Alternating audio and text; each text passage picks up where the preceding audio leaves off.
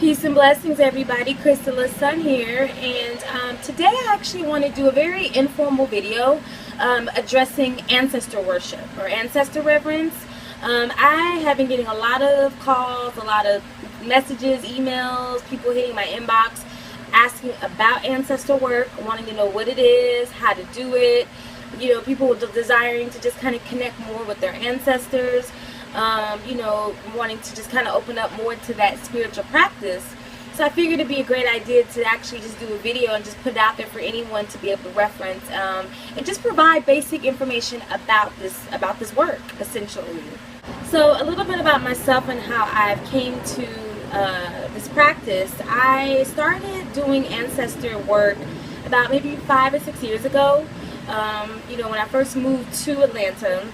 It was something I came to intuitively. I had, just kind of decided that I wanted to, connect with my ancestors, my people. So when I went home to visit my mother, I went and asked if I could have pictures of family members, my uncles, aunts, cousins, grandparents, and, my mother's that generation that still prints her pictures out. So she had this whole bags and bags of just pictures and allowed me to go through them, and I was able to get pictures and obituaries as well.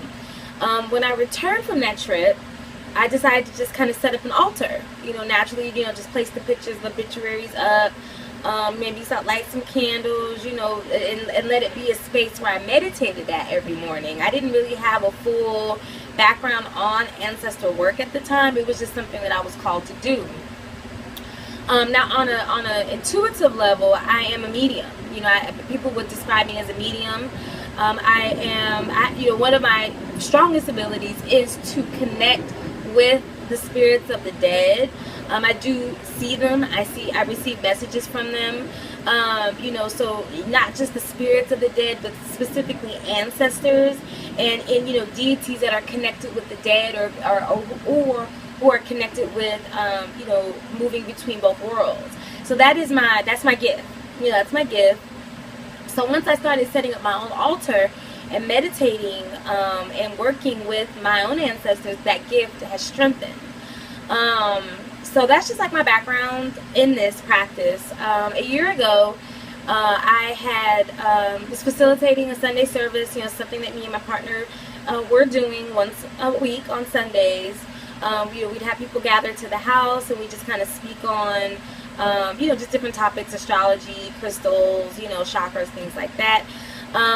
But last year during Halloween or All Saints, I had received a message to do a community ancestor altar. Me and my mate, we built a huge altar in the backyard. And we left it up from about Halloween up until about right after, I think about November 1st or November 2nd.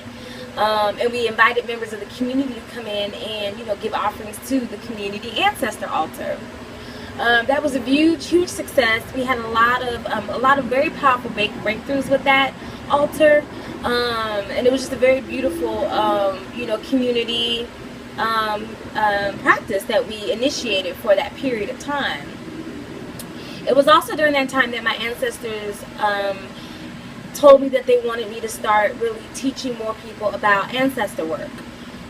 It's really important right now, just with all these shifts that are occurring in the universe, and a lot of the changes that are going on Earth. Our ancestors, the great mothers, they really want us to connect with aspects of the Earth, with the root chakra, with our DNA, and they want us to repair parts of our DNA. They want us to fully activate our DNA, and the big part of that is ancestor work, which I'm actually going to talk about the science of that a little bit later. I received the message, it came, to me during a meditation, that they wanted me to go around and really start making this, a part of my work, just specifically teaching people how to connect with their ancestors, help people set up ancestors, things like that. So that's what I've been doing, and that's why I'm starting to get more and more people calling me about this practice. Now, what is ancestor reverence? Now, I like to use the word reverence more than worship because a lot of people kind of get it a little confused, or they're concerned because they feel like we're worshiping our ancestors, and that's not exactly what's going on, with this practice. Really what it is we are honoring our relatives, blood relatives that have had transitioned, that have passed away. This is an ancient practice. I mean, it's an indigenous practice that goes across cultures. You know, Asians have this practice. You know, people who go into different Asian restaurants or Asian stores, you'll see the little altars around at the front that have got the apples and the incense. Those are ancestor altars. You know, Africans, you know, do it. South Americans practice it, especially with Day of the Dead, Dia de los Muertos. That's a form of ancestor worship or ancestor reverence. So yeah, like across the board, you know, everybody has a practice that is honoring the ancestors and remembering them. Now, the reason why it's important really to reestablish this practice specifically in the West, those of us who live in the Western cultures or Western hemispheres, is that Western culture doesn't teach us how to properly honor our deceased, our relatives. In the Western culture, we kind of have an unhealthy relationship with death. You know, a lot of us fear it. We're taught to fear it. A lot of that's done through, you know, just with you know, colonization. A lot of that is as a result of, you know, certain religions, or religious institutions. You know, so we're not taught to really connect with death in a way that's healthy. You know, and then the way that we bury our dead isn't healthy either. Or not, I won't say healthy. It's not holistic is the word. You know, it's not holistic, and it doesn't exactly resonate with indigenous or traditional indigenous practices. So what we do in the West is, you know, we have a family member that passes away. We have a funeral. You know, we bury them off somewhere, or we cremate them, whichever. Bury them off somewhere on some plot. You know, and then we forget about them essentially for the most part. You know, most of us don't visit our relatives on the grave sites. A lot of us don't really think about them on their birthdays. You know, just different. And then when we do think about them on birthdays or holidays, there's sadness, there's grief. You know, there's no, there's not a level of acceptance a lot of times when ancestors or relatives pass away. And so, you know, what it does is it creates an energy that, one, is fearful, and two, it's a dissonance, it's a disconnect, because what we are taught in Western culture is that when our ancestors, our family members die, that's it. They're not here. They're off somewhere in heaven or hell, and we don't have access to them, and that's not true. You know, that's definitely not true. You know, how many of us have dreamed about our relatives who passed away? You know, how many of us have seen them, you know, as spirits or ghosts? You know, how many of us have, you know, received some type of, you know, esoteric or spiritual message from our ancestor, that a relative that's passed away?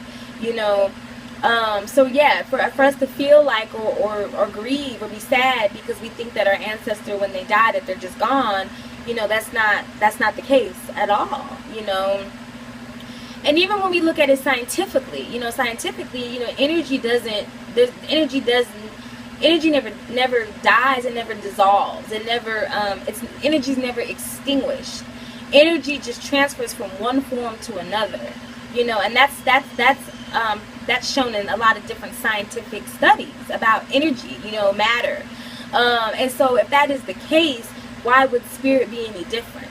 You know, so yes, when our body is perishes and it extinguishes, we still have a soul, we still have a spirit, you know, and that spirit, it doesn't just poof, it's just not just disappear, you know, and it's gone and it's no longer there just because the body is expired. You know, it transforms, it transmutes into something else, and that's what happens. That's essentially what the process is when our ancestors transition from the physical realm into the spiritual realm, but there's still a connection, there's still a veil there that we can move through if we have the proper channel. And that's where the ancestor reverence comes into play. Something else to keep in mind as well is that ancestor reverence is something that can be practiced no matter what your cultural background is, or no matter what your religious or spiritual beliefs are. So I bring this up because I get a lot of, you know, questions and concerns from people when they are inquiring about ancestor work, you know, because they're concerned that it goes against their religious practice, you know. And so, you know, they're just, you know, worried, and, you know, someone will come to me and they'll say, oh, I'm a Christian, and, you know, so I'm afraid that this will interfere with my, you know, my Christian, you know, beliefs. And, or I, you know, I had a client who is practices Islam, you know, and she was concerned, you know, as far as just it interfering, you know, with her practice. And I just have to remind people that, again, you know, we're not deifying our ancestors. That's not what this is. You know, we are just establishing that connection, you know, and we're just honoring and remembering them. And it's essentially something that can be incorporated, you know, into any spiritual practice, especially because a lot of religious practices already have traditions in place that honor ancestors on some level. You know, for example, Easter Sunday. You know, Easter Sunday is an honoring of Jesus Christ, you know, as essentially an ancestor. You know, so that's just something to keep in mind, you know, when you're diving into this. You know, it's, you know, your religious practice and ancestor reverence is separate. You know, it's not you having to choose between one versus the other. It is, again, a holistic practice that can be brought in and incorporated, combined into anything that you're doing.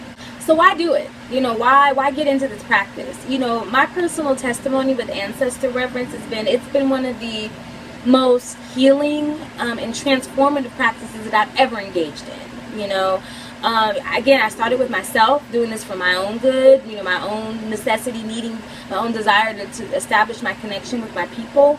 You know, and then it's just transformed and grown, you know, since then, for me personally. Anybody I've worked with that I've assisted with this process I've seen tremendous amounts of growth and, you know, spiritual evolvement, or spiritual evolution with them practicing, you know, ancestor reverence. So really what it does is, you know, it connects us with our ancestry, you know, especially for those who are people of color, specifically African Americans in America. You know, we do have a very traumatic history, especially when it comes to our ancestors. You know, a lot of us don't know who our ancestors are. We don't know where we're from. You know, we don't know, you know, we don't have a direct connection to our lineage that we can trace. You know, and even if for those of us who do trace it, we can only go so far before, you know, records just kind of, you know, are non-existent for us. You know, so there's a certain level of like lostness, you know, or a certain sense of confusion around our own identity. And I do know that with doing ancestor reverence, what happens is we start to really connect spiritually through, you know, with our people, you know. So what it really does is it fills in the gaps. It fills in the gaps, you know, of us not knowing who we are.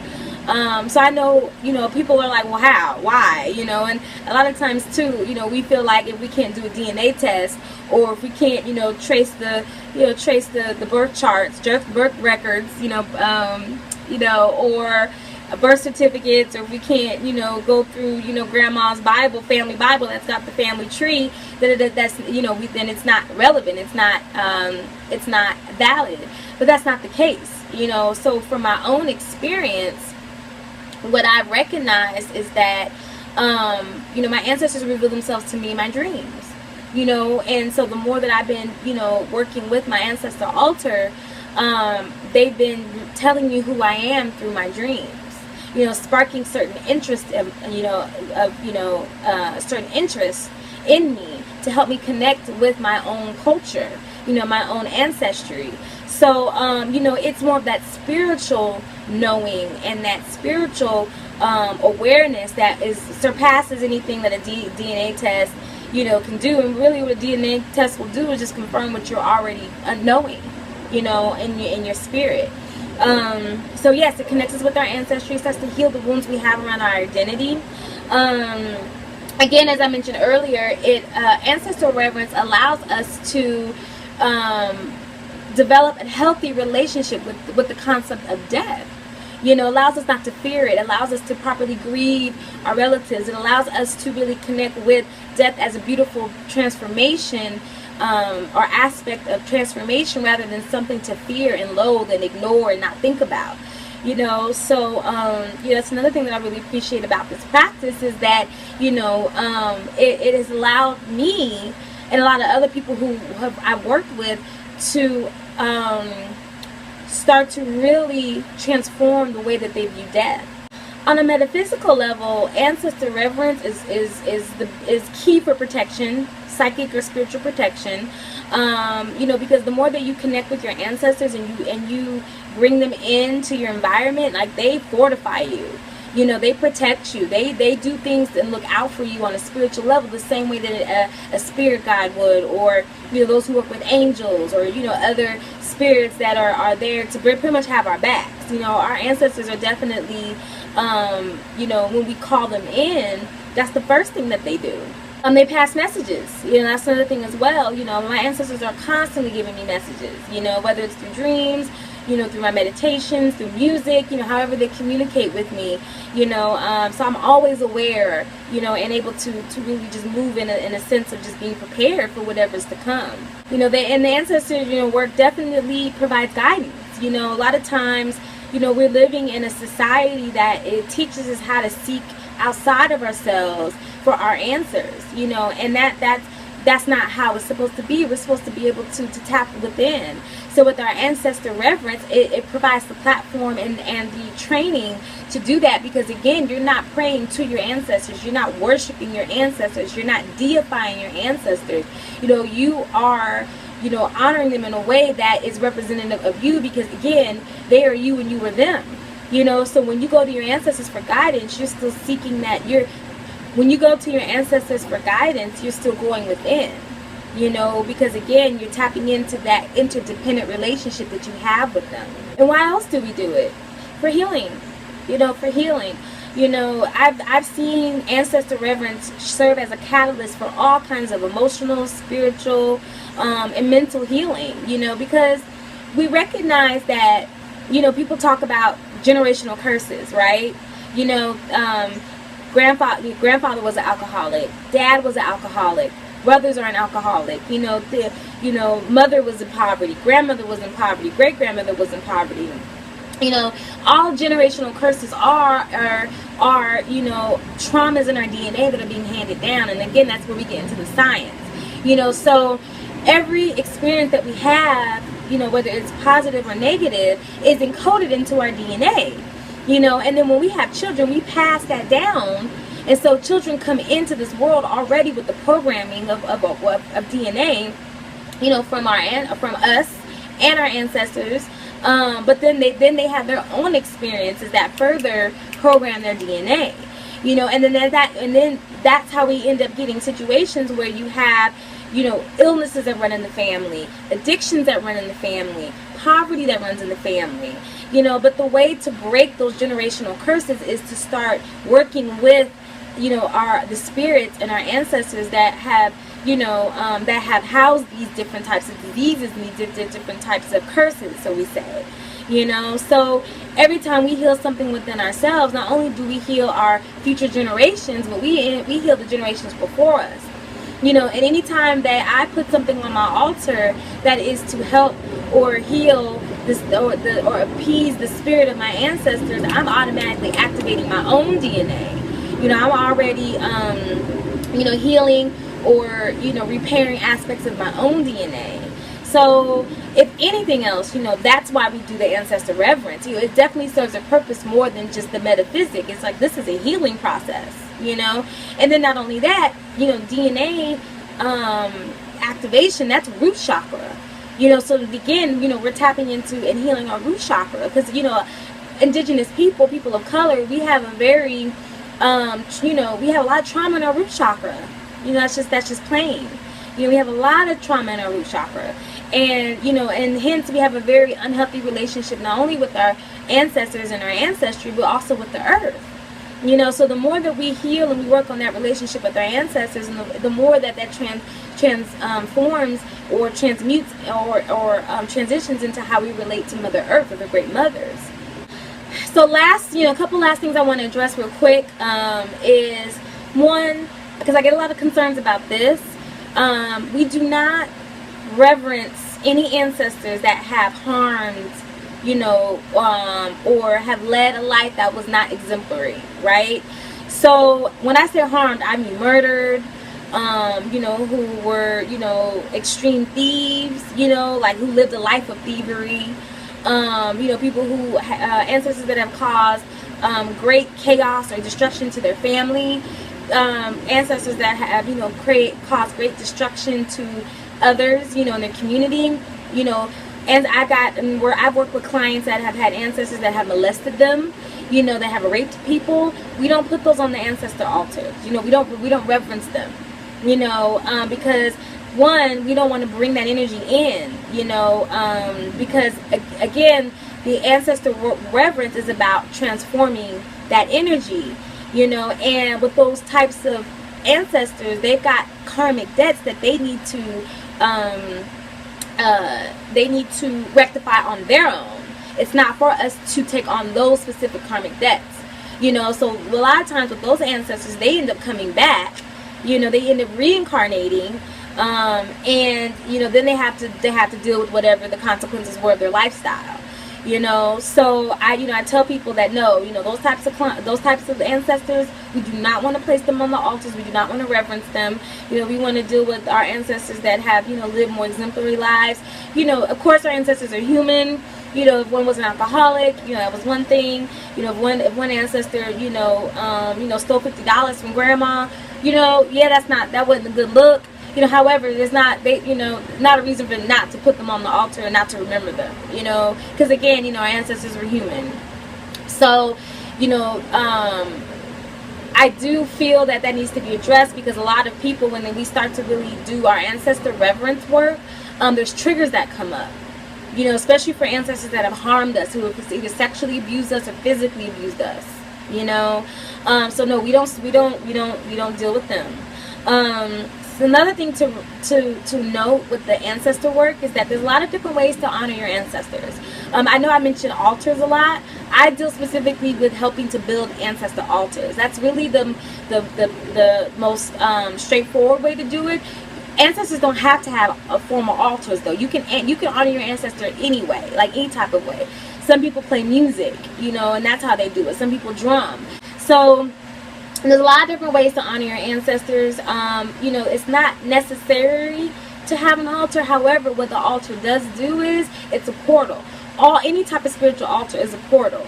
You know, so it allows you to call, and well, first of all, it allows you to focus your energy. You know, have a focal point for the ancestor reverence and a space for that particular type of work.